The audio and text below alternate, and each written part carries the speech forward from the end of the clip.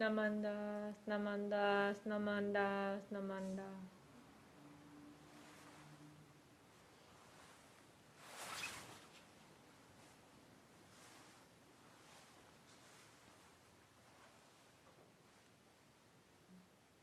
Good morning, everyone. I am Tara Umamoto, and I'd like to welcome you all to this morning's Dharma family service. We will begin this service with a moment of quiet sitting. Reverend Kuwahara will strike the bell, and we will sit for 1 or 2 minutes to quiet our minds and prepare to hear the Dharma. Then he will strike the bell again, and we will continue with the service.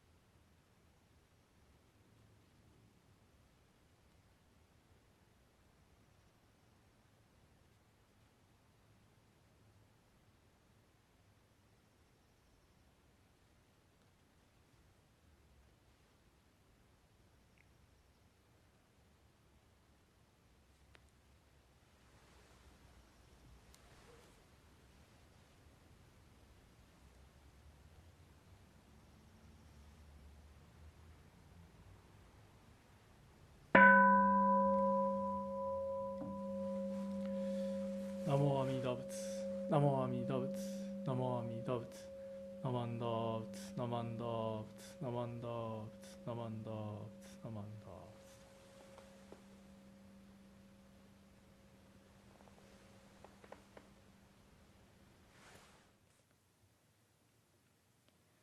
Please join us in the chanting of Vandana Tisarana, followed by Dunirai.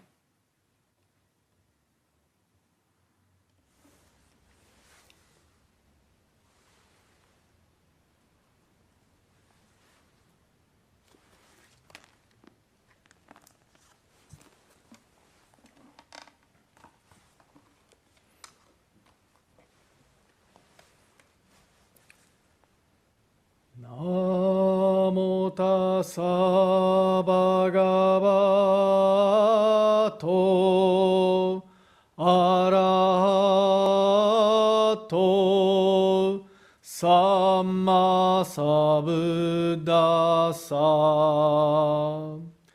Homage to him, the exalted one, the enlightened one, the supremely awakened one. Buddham saranam gacchami, Dhammam saranam gacchami, Sangham saranam gacchami. I go to the Buddha for guidance. I go to the Dharma for guidance. I go to the Sangha for guidance.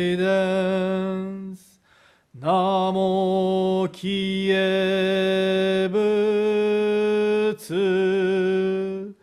Namo Kiye Ho. 消えそう。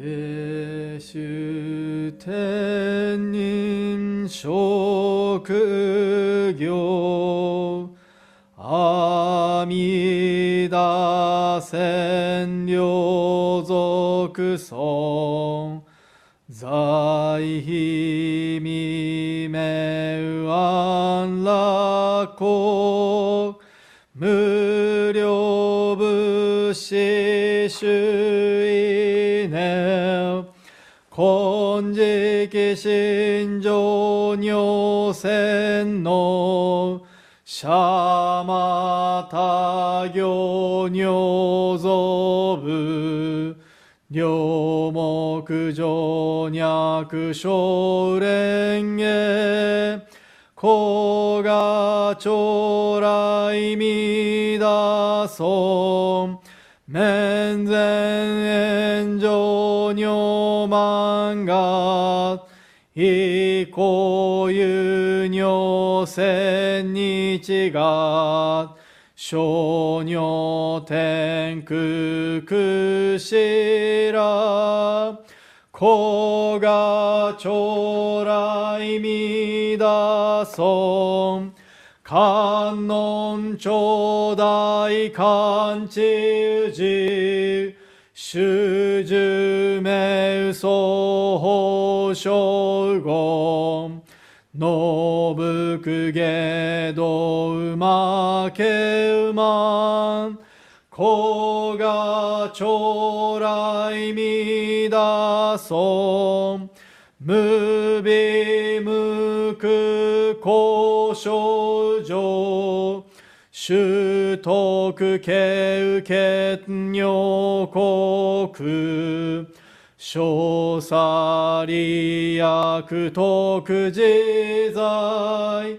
古賀将来弥陀尊十方妙門菩薩衆無量小魔女三段一所修上願力寺古賀将来弥陀尊根体法見知正形前言少女梅雨大座お膝上如線の古賀将来弥陀尊十方将来勝負師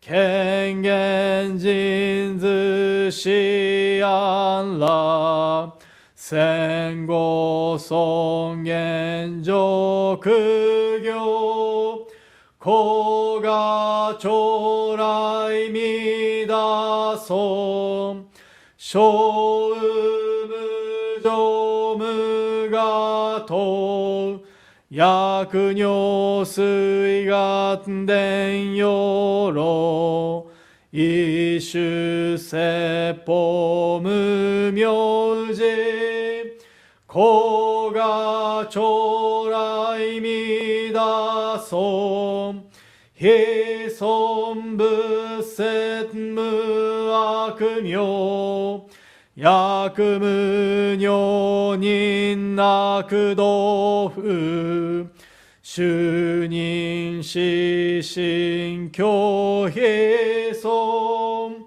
古賀将来弥陀尊非尊無量法勉強無少種悪知識往生不退死菩提古が将来みだそがせん非尊苦毒寺修善無変如海水小逆前後小乗者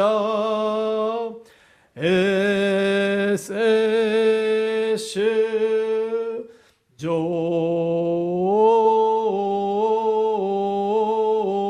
小非国ナマンダブアマンダブナマンダブナマンダブナマンダブナマンダブがんにしくどく平等性一切道法菩提心往生安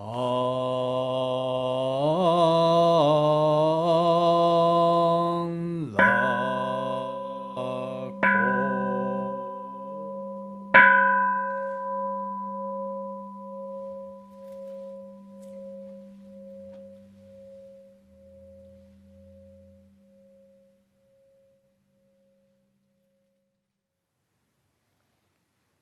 We will now sing A Special Place.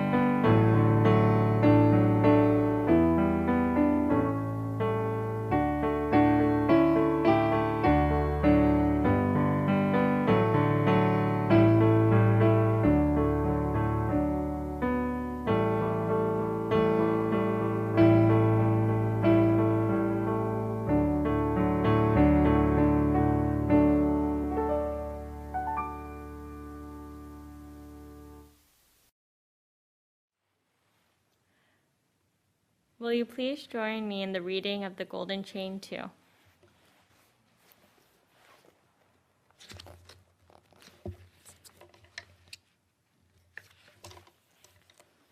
Golden Chain 2. I am a link in the Buddha's golden chain of love that stretches around the world. I must keep my link bright and strong. I will try to be kind and gentle to every living thing and protect all who are weaker than myself. I will try to think pure and beautiful thoughts, to say pure and beautiful words, and to do pure and beautiful deeds, knowing that on what I do now depends not only on my happiness or unhappiness, but also that of others. May every link in the Buddha's golden chain of love become bright and strong, and may we all attain perfect peace.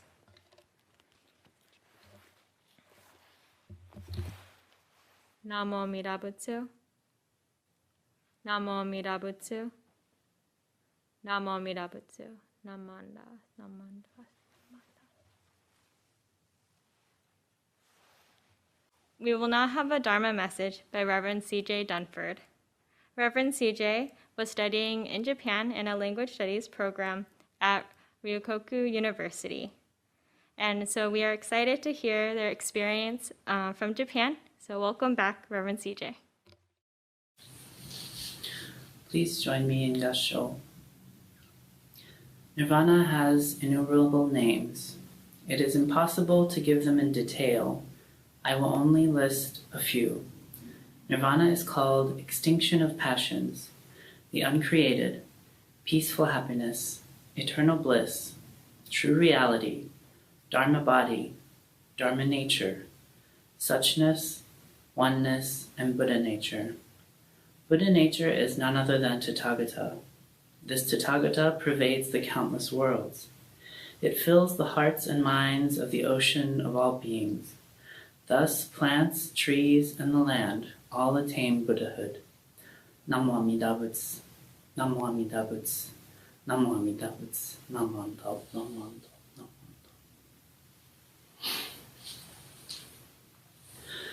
Greetings, my name is C.J. Dunford. I am Tokudo Minister's Assistant at Berkeley Buddhist Temple, and I wanted to share a little bit of my experience in Japan. I was fortunate enough to receive some support from Berkeley Buddhist Temple and the BCA to be able to study Japanese abroad for a year in Kyoto. And so I wanted to share with you just a little bit of some of my experiences there. Though it was fascinating to live in the ancestral land of many of our Sangha and to walk in the streets that Shinran once did in Kyoto, today I wanted to share a transfigurative experience that I had mostly in Osaka, where I found a spiritual community, a family, far outside the walls of any temple. The scripture I shared for today's Gosandai is from Shinran's Notes on Essentials of Faith Alone. For just some brief context, Pure Land Buddhism traditionally places the land of bliss, nirvana, Amida, and the Pure Land in some far-off and nearly unreachable location, far in the west. However, Shinran's interpretation brings nirvana to this world, constantly urging us to awaken to reality. The first time I read this scripture, it spoke deeply to me about the possibility of having a personal relationship with Amida Buddha, nirvana, to the Dharma, through my ever-evolving faith. Especially the line, the Tathagata pervades the countless worlds. It fills the hearts and minds of the ocean of all beings. Thus, rocks, trees, and land all attain Buddhahood. When I read this, I tried to ask myself the question, where can I see Buddha reflecting off this situation, off this person and these feelings? How can I find Buddha's call for me to awaken? When I first came to Japan, I stayed in eastern Japan in the Kanto region in Yokohama with my dear friend Nami and her family. We have a very long and special friendship that goes back almost 20 years. I'm grateful for all Nami and her family helped me with when I first came to Japan. But that is a story for another time. Eventually, after Tokudo ordination in July and then spending several more weeks with Nami and her family, I returned to Kyoto for school at Ryukoku University. At the dorm there, I made several good friends, but I felt myself drifting away from the Jodo Shinshu community.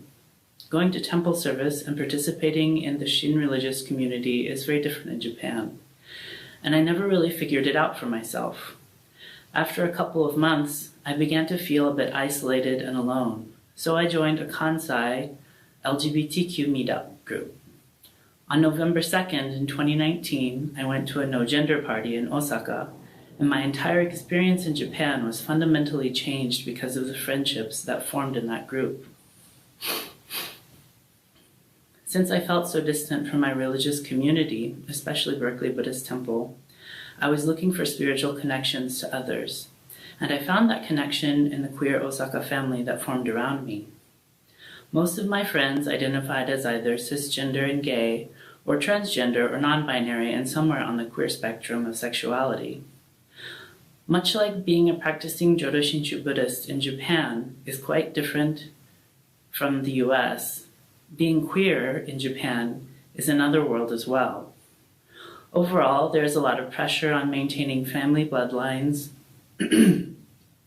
through more traditional family crafting.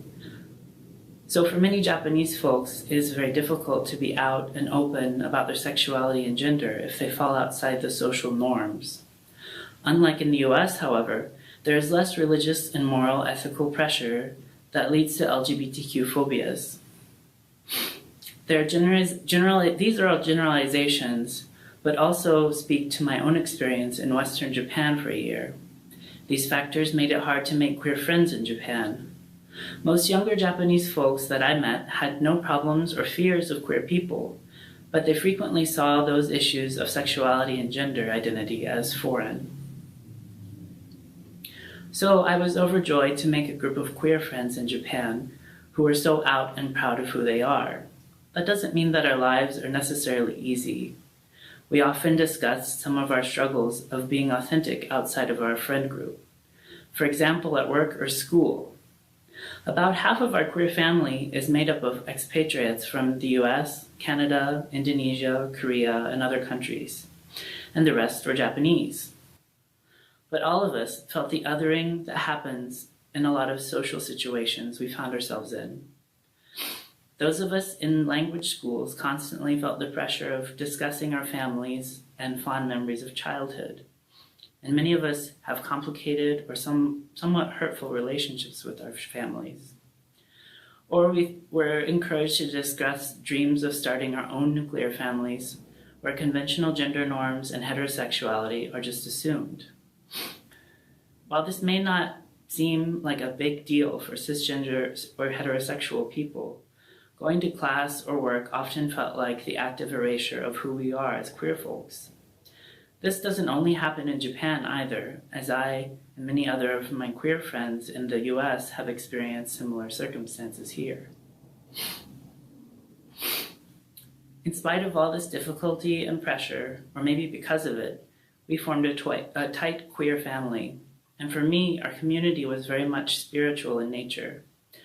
Though we are not unified behind particular religious worldviews, or any religion at all, because many of my friends identify as atheist or aspiritual, but not religious, or they identify as Muslim, we found ourselves drawn together by commonalities in our narratives, and our aspiration to make the world a safer and happier place for ourselves and other queer folk who have faced marginalization, erasure, and even abuse. From my perspective as a Jodo Shinshu Buddhist, our little queer family is living with the aspiration of Amida Buddha. The values we all share is absolutely in accord with the primal vow to save all beings from suffering. By living in this community, we are addressing our own suffering through sharing our stories and loving and supporting one another. Via our personal growth and expressing our hopes that we might make changes in a society that erases us and questions our value, we are making space for other queer friends to grow through their stress and pain and live their lives more authentically. It is said that sometimes the most powerful form of subversion in the face of oppression is simply to boldly exist. Here I would like to point out a dramatic shift in my thinking while I was in Japan. Ever since I first walked through the doors of BBT, I felt like our Sangha is my home. Though things here are not always perfect, I feel like you are all my family. And I know that we all love and support one another. You're my religious community. However, we live a lot of our lives outside of these temple walls. Sure, we do have a lot of extra activities outside of our Sunday services. However, we must all find meaning and hope in life, especially when we find ourselves separated or disconnected from our religious communities. Academics will hotly debate definitions of the terms religion and spirituality, but I'll simplify that by giving the particular perspective which I'm discussing here. We may not agree 100% on this perspective and definition, and I'm fine with that. But this might be a good place to start personally reflecting and having conversations with one another and our broader communities of friends, family, coworkers, and other comrades. I see that there are two types of community. They're not entirely distinct from one another, but they do have some differences. First of all, we have religious communities, which tend to be built upon power structures or institutions. For us, it's Nishi Honganji. These power structures and institutions try to guide us through promotion of particular doctrine, theology, practice, liturgy, and oftentimes values. Spiritual communities are very similar to religious ones, but they're generally bound together by narratives and causes. They support particular identities, beliefs, goals, and values. For a clear understanding of what the term spiritual means, I look to questions asked by theologian James Fowler. What are we spending and being spent for? What commands and receives our best time, our best energy? What causes, dreams, goals, or institutions are we pouring our lives out for? As we live our lives, what powers do we fear or dread? And what powers do we rely on or trust? To what or whom are we committed in life and in death? With whom do we share our most sacred and private hopes and for our lives and for the lives of those we love? And what are our most sacred hopes, those most compelling goals and purposes in our lives? Though we may be able to ask these questions of ourselves in a religious context as Jodo Shinshu Buddhists, they're questions that anyone can answer regardless of faith tradition or lack thereof. They can be answered in strictly religious or a secular sense, and we can also explore them as a way to cultivate purpose and drive in life. I see these questions as a way to deeper understand not only my own Buddhist faith, but also as a means to drive more profoundly into how I see myself and all the identities that make me up. During my time in Japan, when I sometimes felt alone or a bit lost, these questions helped me to seek refuge, which I found in my queer family, or my Rainbow Sangha in Osaka. We grew close and learned much about our own lives, and the bonds we shared grew much stronger as we looked at those questions in our own ways. Whether it was with conversations over dinner and beer, after karaoke and drag shows, or just quiet nights in one of the parks by the many beautiful rivers in Osaka. When I look back on my time with my dear friends, I feel a deep human connection, and also a transfigurative Dharmic connection to Amida Buddha and my faith as a Jodo Shinshu Buddhist. While the content of these conversations might not have always been explicitly Buddhist, I found that their love is reflective of the boundless wisdom and compassion that seeks us out in our everyday lives. One of the first Japanese friends that I made at Ryukoku has been very close to me, even after coming back to the United States. We met in October last year when I was first helping with English tutoring at the university. I found out that she did a study exchange in Berkeley at the Jodo Shinshu Center through the Ryukoku Berkeley Center several months in early 2019. I didn't know her while she was studying here in Berkeley, but in Japan we talked a lot about the spiritual questions that we considered earlier in this talk. Through time, she felt comfortable to come out to me, for the first time to anyone in her life, as bisexual. A few months later, she met and started dating an American woman who is working in Japan, and they're still very happy together. Just a few months ago, she told me that she had found the courage to come out to her family. My friendship with her has brought a tremendous amount of joy to my own life. And as we were saying our goodbyes, she told me that she couldn't imagine what her life would be like today if she had never met me. I cannot and will not take any credit for this young woman's courage, but I do know that our spiritual community and the compassionate care which grew from those bonds is an example of the flourishing of wisdom and compassion, a sunburst of love that is the unfolding of nirvana in our everyday lives. Aside from saying the Nambutsu, I know of no other way of expressing my gratitude for this sustaining source of life. Please join me in Gassho. Nirvana has innumerable names. It is impossible to give them in detail. I will list only a few. Nirvana is called extinction of passions, the uncreated, peaceful happiness, eternal bliss, true reality, Dharma body, Dharma nature, suchness, oneness, and Buddha nature. Buddha nature is none other than Tathagata. This Tathagata pervades the countless worlds. It fills the hearts and minds of the ocean of all beings. Thus, plants, trees, and the very land all attain Buddhahood. Namo Amida Butsu. Namo Amida Butsu. Namo Amida Butsu. Namo Amida Butsu. Namo Amida Butsu. Namo Amida Butsu. Namo Amida Butsu. Thank you very much. Okay, so I'd like to say thank you to people who made today's service possible. So first of all, CJ will come back, and then thank you for your message, and then thank you for sharing your experience in Japan. ありがとうございました. Thank you. And then thank you, Tara, for being today's chairperson. Thank you, Tara. ありがとうございました. And then thank you, Bradley and Myron, for your help for today's online service. Thank you very much. And then thank you, Emiko-san, for your beautiful music for today's service. Thank you very much, Emiko-san. And then thank you, everyone, for joining today's service. ありがとうございました. Thank you very much. And then now, announcements are on the screen. So if you're available, please join us.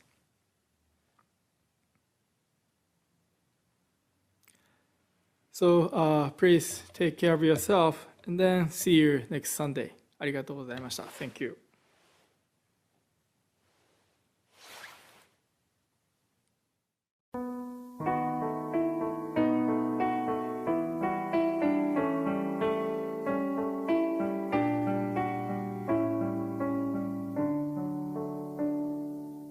May all living beings thereof, the long, the great, the medium and small, those that move or stand firm, all creatures weak or otherwise, may they all receive proper care. May every being live life secure. May every being dwell in harmony and reach nirvana's boundless peace. All those invisible or outstanding, dwelling near or far away, all that are born or awaiting birth, for always may they dwell in joy. May they all receive proper care. May every being live life life secure. May